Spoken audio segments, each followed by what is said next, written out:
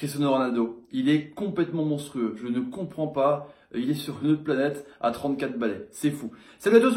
Et foot de la famille, c'est Thomas. Fin du match entre la Juventus de Turin et l'Atlético Madrid. 3-0. Un but de Ronaldo. Un but de Ronaldo et un but de Ronaldo sur penalty. C'est fou. Avec son 134e but en Champions League. C'est incroyable. C'est un malade mental, franchement. Donc la Juve qui se qualifie. Bah ouais, qui se qualifie parce que il y a eu 2-0 à l'aller et donc 3-2 et bah voilà, en tout il se qualifie. Donc l'Atlético Madrid qui a fait un match de là fini. On va voir ça évidemment, le carton aussi, le 10-2 en tout, le 7-0 de City. Truc de ouf. Allez, débrief en 5 minutes, en 5 points. Le premier point pour moi, donc c'est la Juventus de Turin qui a fait un match monstrueux. 65% de possession de balle. On n'a même pas vu Madrid. On n'a même pas vu Griezmann. Je parle à ce deuxième point. Franchement, ils ont été bidons. Les joueurs de l'Atlético Madrid, ils ont été un match, mais vraiment de fini. La Juve a été énorme. Que ce soit Emre Can, que ce soit Matuidi, que ce soit Bernardeschi qui a été monstrueux sur le côté droit. Franchement, c'était cohérent. Kellini et Bonucci qui montaient vraiment pour faire le quarterback en rôle de meneur de jeu presque dans le camp de l'Atlético Madrid. Ils ont bouffé, ils ont pressé de ouf. C'était vraiment assez incroyable. Et ça s'est concrétisé vraiment par le but, le magnifique caviar de Bernardeschi sur l'ami Ronaldo qui a mangé comme ça Juan Fran. Il l'a écrasé comme une crêpe, il l'a retourné comme ça et après ils l'ont mangé tranquillement avec Dybala sur la touche. C'était un truc de ouf. Alors ensuite ça a continué. Franchement le 1-0 était cher payé parce que Madrid ne faisait rien. Ça poussait. Ronaldo à gauche, à droite. C'était vraiment des contrôles de ouf, des dribbles de taré. Et puis il y a eu encore une fois ce but sur une tête. Paf, il est rentré. L'araignée d'Amrabat, le coin. Il y a eu la demande qui a sonné. Truc de ouf, 2-0. Un monstre. À 2-0, il y a prolongation. Et là, on a commencé un petit peu à voir l'ATM qui a commencé à prendre la possession de balle, mais Atlético Madrid a continué vraiment à presser avec un super Spinazzola sur le côté. Franchement, il était assez intéressant. Le pendant, pareil, était très très bon sur le côté aussi. Joao Cancelo, c'était vraiment beaucoup de centres de réparation. Les Godin, les Jiménez ont eu beaucoup de taf. Au Black, pour l'instant, on n'a pas eu grand chose à sortir, c'est clair, à part une superbe parade. Mais en tout cas, la Juve a été monstrueux. Et puis le penalty à la fin, évidemment Bernardeschi qui remonte tout le terrain sur un contre, tac.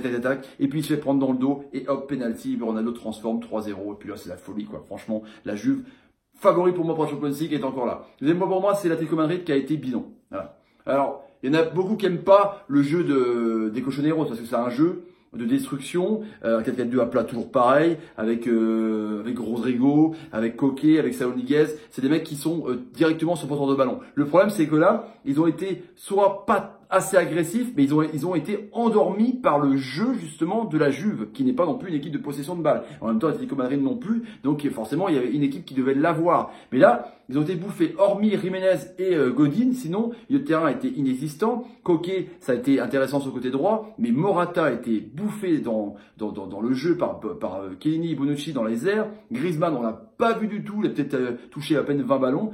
Un match, mais ripou. Pourtant, la finale est chez eux, le Wanda Metropolitano. Tu pensais qu'ils allaient être ultra motivés, avec 2-0, quand même, pourcentage favorable. Ben non, vraiment nul, vraiment bidon. C'est un des pires matchs que j'ai vu à Atlético Madrid qui ont été tombés sur meilleur, quoi. Troisième point pour moi, c'est Cristiano Ronaldo.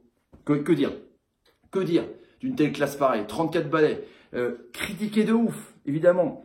Que un seul but en Champions League depuis le début. Tu t'es dit quoi? Il était un petit peu en down. Bon, encore dans les top 5 des meilleurs buteurs européens, point de vue championnat en Serie A, mais critiqué par la presse madrilène, même aussi critiqué par la presse italienne. Il était attendu de pied ferme. Et là, il te marque 3 buts.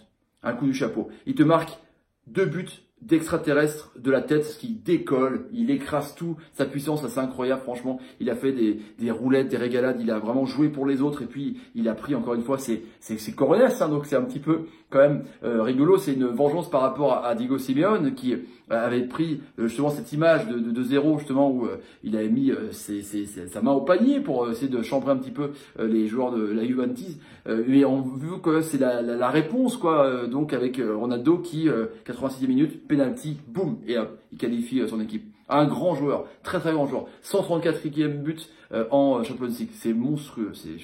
Où il va s'arrêter? Peut-être candidat au Ballon d'Or encore, en tout cas.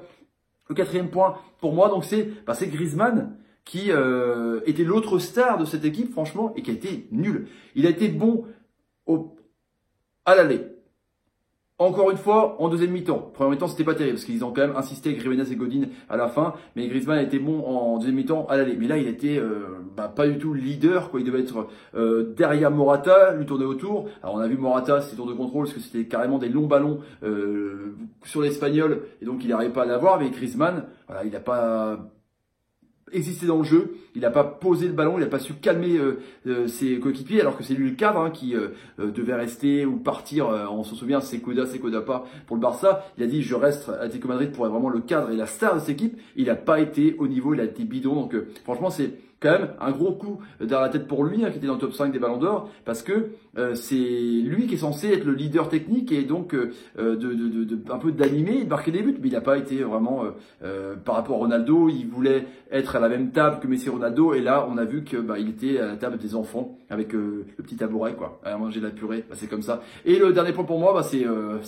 Manchester City qui a explosé 7-0, 10-2 en tout. Les pauvres Allemands, le club de la Rourde, chacun nous firent, avec un doublé d'Agüero, Sterling, Foden, avec l'ami Jesus, avec Bernardo Silva. Tout le monde a marqué des buts. Franchement, c'était porte ouverte. C'était allez, vas-y, marque des buts. Donc 10-2. Donc City se qualifie, la Juve se qualifie, l'Ajax se qualifie, Porto se qualifie. Tu vois, ça commence à faire quand même des équipes assez intéressantes. Franchement, demain il y a Lyon-Barça évidemment, et il y aura Liverpool-Bayern. Donc franchement, j'ai hâte à demain en tout cas. Voilà les amis, pour le débrief de ce Juve Atlético Madrid de Netflix de ouf. Mettez un petit pouce bleu quand, je sais pas moi, quand Bernardeschi vous fait une bonne passe. Bah ouais, carrément. Ou quand Godin, on c'est des parpaings, fait une bonne passe. Merci Diego, ça n'a pas été bon en tout cas. Des commentaires sur la prestation de la Juve et l'Atlético Madrid ou du City ou de Schalke 04 évidemment. Et partagez la vidéo, c'est important, sur Twitter, Facebook, Instagram et Snapchat. Je vous laisse les amis et à demain pour Lyon-Barça. Mais carrément, Barça-Lyon. Ouais, salut et salut.